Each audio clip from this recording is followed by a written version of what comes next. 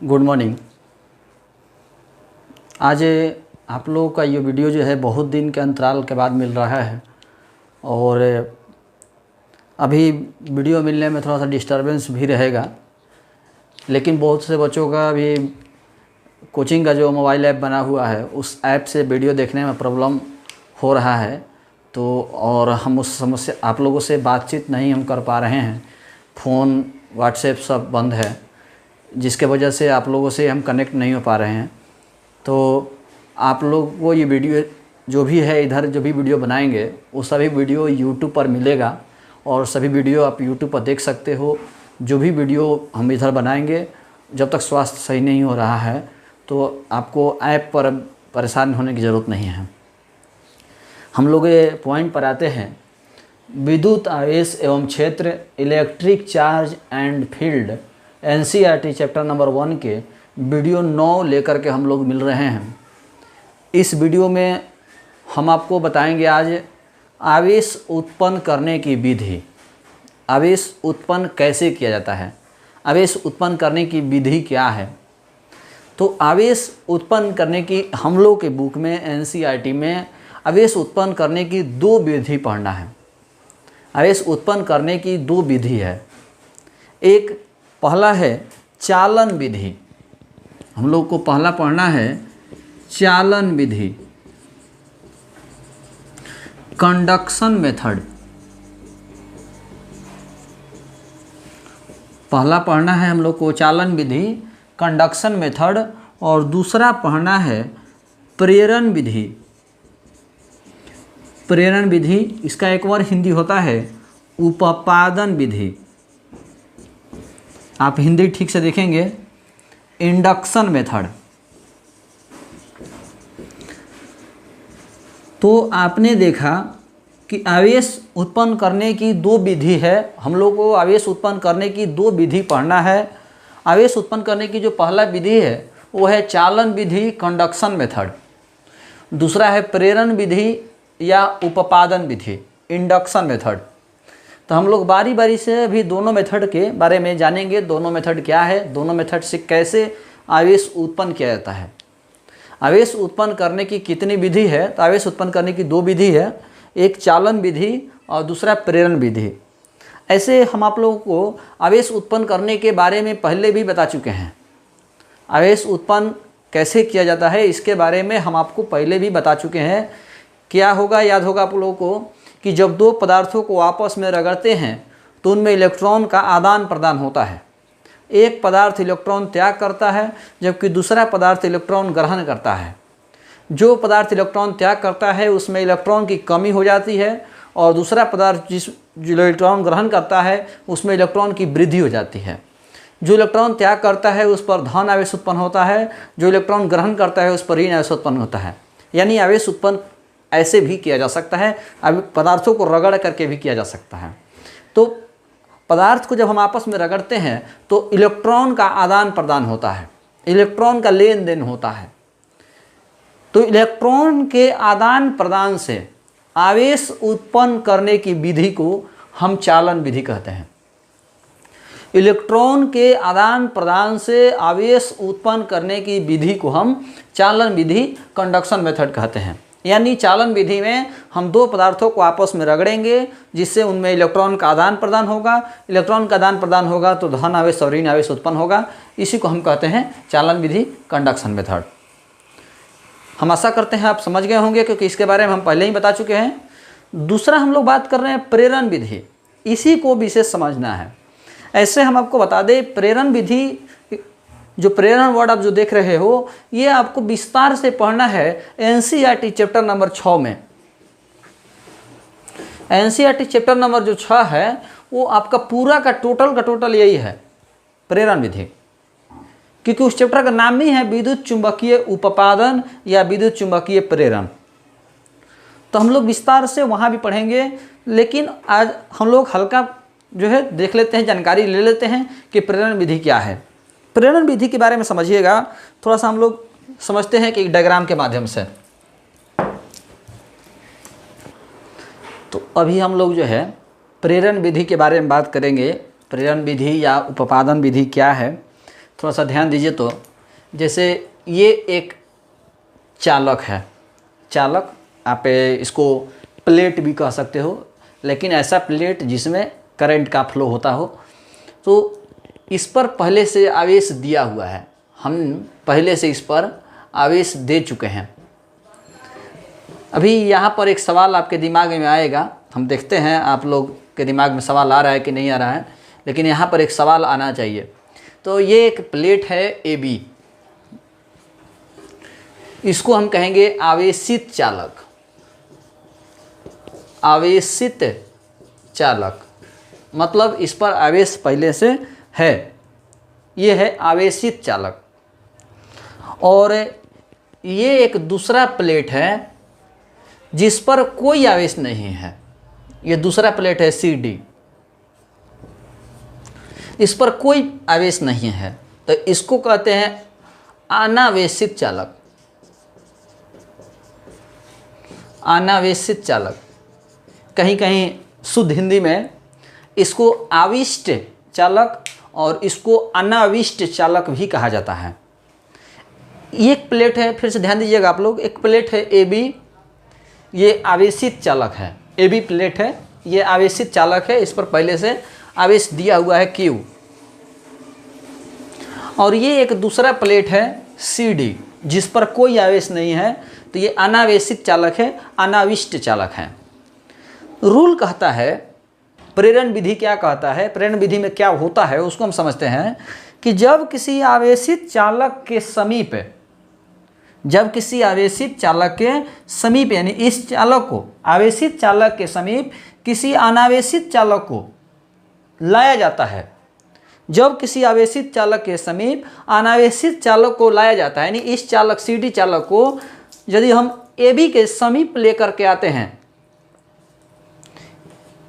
AB के समीप लेकर के आते हैं, आवेशित चालक के समीप किसी अनावेशित चालक को लाते हैं, तो ऐसा पाया जाता है, ऐसा देखा जाता है, ऐसी घटनाएं होती हैं हमारे प्रकृति में कि अनावेशित चालक के नज़दीक वाले सिरे पर ऋण आवेश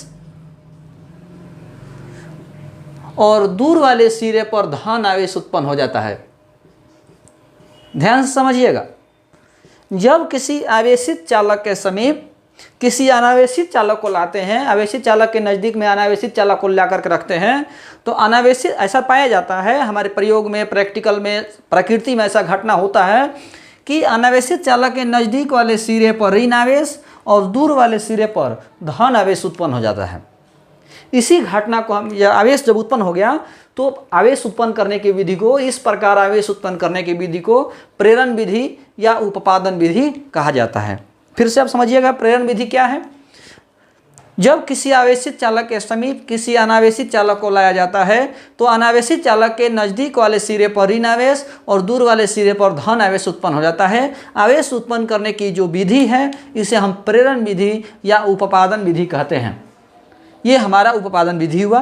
अब एक सवाल हम जिसकी बात कर रहे थे कि सर, सवाल ये है कि क्या सर आवेशित चालक पर केवल धन आवेश ही रहेगा? सवाल ये है, जैसे आपने देखा कि इस पर आवेशित चालक है तो धन आवेश दिया हुआ है, तो इसके नज़दीक वाले सिरे पर ऋण आवेश और दूर वाले सिरे पर धन आवेश उत्पन्न हो गया। तो सवाल ये है कि आवेशित चालक पर सर धन आवेश ही रहेगा?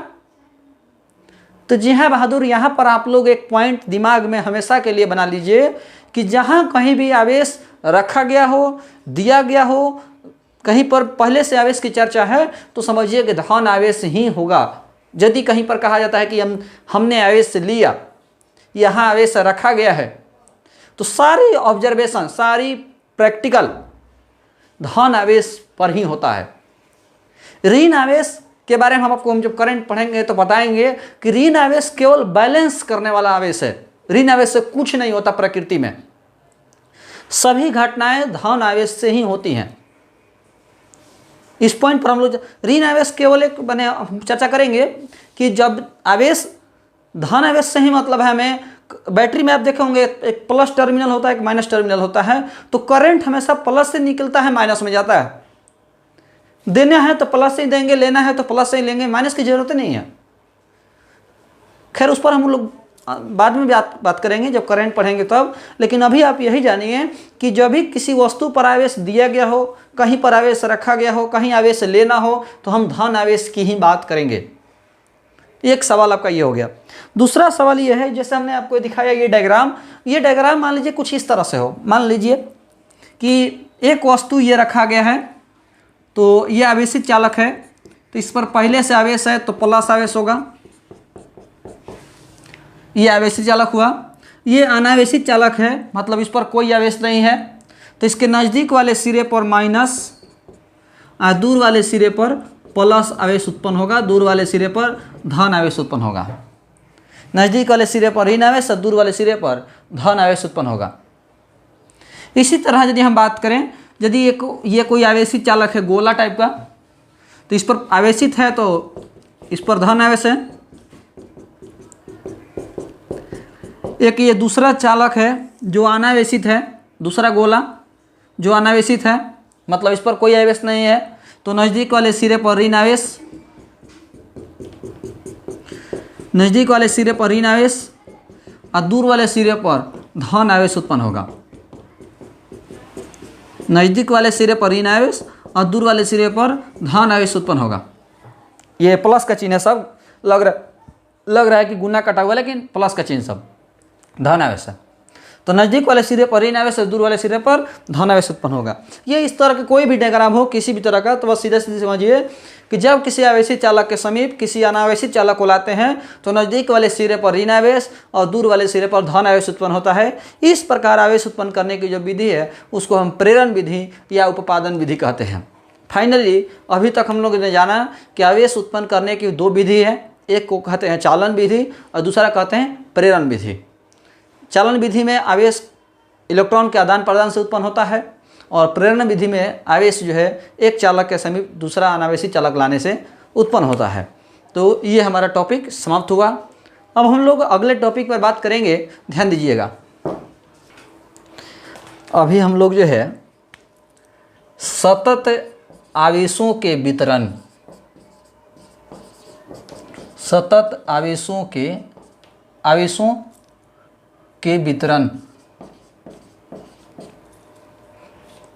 सतत माने लगातार, आवेशों का वितरण यानी आवेशों का बंटवारा, यानी आवेशों का बंटवारा हम कैसे करते हैं, आवेश को कैसे किसी पर देंगे, आवेश किसी को कैसे बांटेंगे, इसी के बारे में, आवेशों का वितरण के बारे में हम लोग पढ़ेंगे। अभी आपको एक बहुत ही इंटरेस्टिंग पॉइंट समझाने जा रहे हैं, शायद आपको पहले भी हम बताए हैं, मुझे ध्यान नहीं है उतना। वस्तु तीन तरीके का होता है। एक वस्तु ऐसा होता है जिसमें केवल लंबाई होता है, केवल लंबाई, जैसे कि तार, कोई वायर जो है उसमें केवल लंबाई है। दूसरा वस्तु ऐसा होता है जिसमें लंबाई और चौड़ाई दोनों होता है, जैसे कि कोई पेपर, कोई कागज़ जो पन्ना होता है, तो पेपर जो है उसमें लंबाई और चौड़ाई दोनों होता है। और एक वस्तु ऐसा होता है जिसमें लंबाई, चौड़ाई और ऊंचाई तीनों होता है, जैसा कोई पत्थर का टुकड़ा, मकान, कुर्सी, टेबल, जो भी बेंच आप देख रहे हो, उसमें लंबाई, चौड़ाई और ऊंचाई तीनों है। यानी आपने क्या जाना कि एक वस्तु ऐसा है जिसमें केवल लंबाई है, जिसमें केवल लंबाई है, जैसे कि तार, उसको कहते हैं एक विमीय पदार्थ, एक विमीय, one dimensional object, one dimensional object. एक ऐसा पदार्थ जिसमें लंबाई और चौड़ाई दोनों होता है, टू डायमेंशनल, जैसे कि पेपर। और तीसरा जिसमें लंबाई, चौड़ाई, ऊंचाई तीनों होता है, 3D, थ्री डायमेंशनल, जैसे कि कोई मकान, पदार्थ, कोई पत्थर का टुकड़ा, लकड़ी, जो भी है। यानी पदार्थ तीन प्रकार के होते हैं, एक जिसमें केवल लंबाई हो, दूसरा जिसमें लंबाई, चौड़ाई दोनों हो, और जिसमें लंबाई, चौड़ाई और ऊंचाई तीनों हो, तीन पदार्थ। तो one dimensional, two dimensional, three dimensional. तो सिंपल सी बात है, जिसमें केवल लंबाई हो और उसमें आवेश बांटने के लिए आपको दे दिया जाए कि आवेश आप बांटिए, तो आप कैसे बांटिएगा? आप नॉर्मल सोचने की कोशिश करें कि यदि हम आपको कह दें कि बांटिए और लंबाई केवल हो, मान लीजिए कोई लड़कों के तार है, थोड़ा सा ध्यान दीजिए, जैसे हम बात करें, समझने की कोशिश कीजिएगा, क्योंकि डिफिनीशन आपको बहुत इजी तरीके से याद हो जाएगा। जैसे मान लीजिए लड़के खड़े हैं लाइन में और कोई चीज़ आपको बांटने के लिए दे दिया जाए, ये लड़के खड़े हैं लाइन में, इस तरीके से, और हम आपको दे दिए कोई चीज़ बांटिए, तो यहाँ पर आप बांटिएगा तो कैसे बांटिएगा, तो लंबाई के अनुसार बांटिएगा, ऐसे बांटिएगा आप, इसको देंगे फिर इसको देंगे फिर इसको देंगे फिर इसको देंगे, यानी लंबाई के अनुसार बांटेंगे। लेकिन यदि यही लड़के कुछ इस तरीके से खड़े हो, ध्यान समझिएगा, ऐसे यदि लड़के खड़े हो तो आप केवल अब ऐसे बांटिएगा तो काम नहीं चलेगा, अब आपको ऐसे भी बांटना होगा, क्योंकि लड़के इधर भी खड़े हैं, यानी यहाँ पर लंबाई के अनुसार भी बांटना है और चौड़ाई के अनुसार भी बांटना है।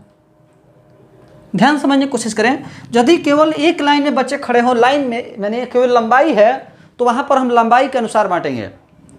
जिसमें लंबाई और चौड़ाई दोनों है तो उसमें लंबाई और चौड़ाई दोनों के अनुसार बांटेंगे, मतलब क्षेत्रफल के अनुसार बांटेंगे।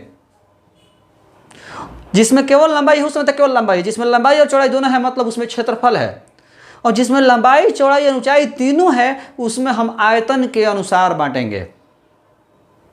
फिर से एक बार समझिए, यदि आपको कोई चीज़ बांट, अभी हम आवेश की वितरण की बात नहीं कर रहे हैं, हम कुछ भी बांटने की बात कर रहे हैं। जिसमें केवल लंबाई है तो वहाँ पर आवेशों जो पदार्थ का बंटवारा करेंगे हम, वो लंबाई के अनुसार करेंगे। जिसमें लंबाई चौड़ाई दोनों है उसमें हम क्षेत्रफल के अनुसार बंटवारा करेंगे, और जिसमें लंबाई चौड़ाई और ऊंचाई तीनों है उसमें हम आयतन के अनुसार बंटवारा करेंगे। यही पॉइंट है बहादुर। अब हम आवेशों के वितरण के बारे में बात करें। ये तो आप फाइनल अब समझ गए होंगे कि आवेशों का वितरण 3 प्रकार से किया जाता है, एक लंबाई के अनुसार, दूसरा क्षेत्रफल के अनुसार, और तीसरा आयतन के अनुसार। आवेशों का वितरण 3 प्रकार से किया जाता है। एक लंबाई के अनुसार जो आवेशों का वितरण करेंगे उसको हम कहते हैं आवेश का रैखिक घनत्व। क्षेत्रफल के अनुसार जो वितरण करेंगे उसको कहते हैं आवेश का पृष्ठीय घनत्व, और आयतन के अनुसार जो वितरण करते हैं उसको कहते हैं आवेश का आयतन घनत्व। थोड़ा सा अब इस पॉइंट को आप समझिएगा। यदि बंटवारा करेंगे कोई भी चीज़, यदि आप बांटने के लिए शुरू करते हैं कुछ भी शायद अभी फंक्शन में आपको हम कह दें कि मिठाई बांटिए, तो पहले एक पैमाना सूचित करते हैं, आप अपने दिमाग में एक पैमाना चुनाव करते हैं।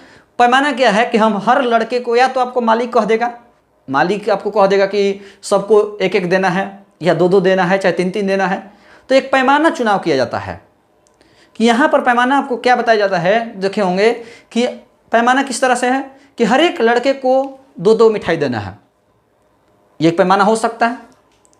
ये ऐसा भी हो सकता है कि हर एक गाड़ी वाला के 2-2 को देना है, चाहे हर एक गाड़ी वाला के 5-5 को दे देना है। लेकिन पैमाना एक का ही होगा, याद रखिएगा। चाहे एक समूह को, एक समूह को, कि हर एक मतलब लड़के बैठे हुए हैं ग्रुप में, ग्रुप बना के बैठे हैं, तो कह दिया जाता है, देखे होंगे कि एक को थैला एक को ग्रुप में दे दीजिएगा। पैमाना एक का होता है। तो अब हम पॉइंट पर आते हैं, ध्यान दीजिएगा कि यदि लंबाई के अनुसार बांटेंगे तो एक लंबाई पर देंगे, एक लंबाई पर। क्षेत्रफल के अनुसार बांटेंगे तो एक क्षेत्रफल पर, और आयतन के अनुसार बांटेंगे तो एक आयतन में। हम आशा करते हैं आप समझ रहे होंगे कि अब कोई भी बंटवारा करना हो तो हम पहले तो समझ में आ गया कि पदार्थ 3 प्रकार के होते हैं। लंबाई के अनुसार बांटेंगे, या तो क्षेत्रफल के अनुसार या तो आयतन के अनुसार, क्योंकि जिसमें केवल लंबाई है वो तो लंबाई है, जिसमें लंबाई और चौड़ाई दोनों है मतलब उसमें क्षेत्रफल है, और लंबाई और चौड़ाई ऊंचाई तीनों है मतलब उसमें आयतन है।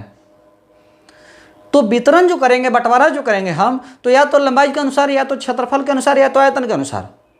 और वो भी बंटवारा हम करते हैं तो एक के अनुसार करते हैं, या तो एक लंबाई पर बांटेंगे, या तो एक क्षेत्रफल पर बांटेंगे, या तो एक आयतन पर बांटेंगे।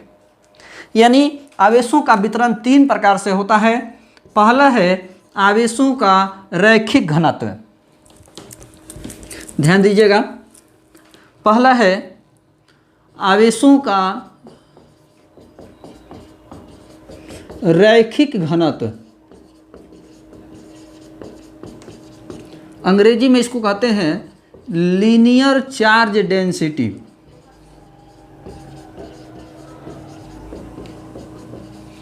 लीनियर चार्ज डेंसिटी आवेशों का रैखिक घनत्व। इसमें हम लोग पॉइंट पे बात करते हैं, ध्यान दीजिएगा। कहता है कि किसी तार के, ध्यान दीजिएगा, तार कह रहे हैं हम, तार में केवल लंबाई होता है। किसी तार के प्रति एकांक लंबाई पर, किसी तार के प्रति एकांक लंबाई पर, किसी तार के प्रति एकांक लंबाई पर दिया गया आवेश को आवेशों का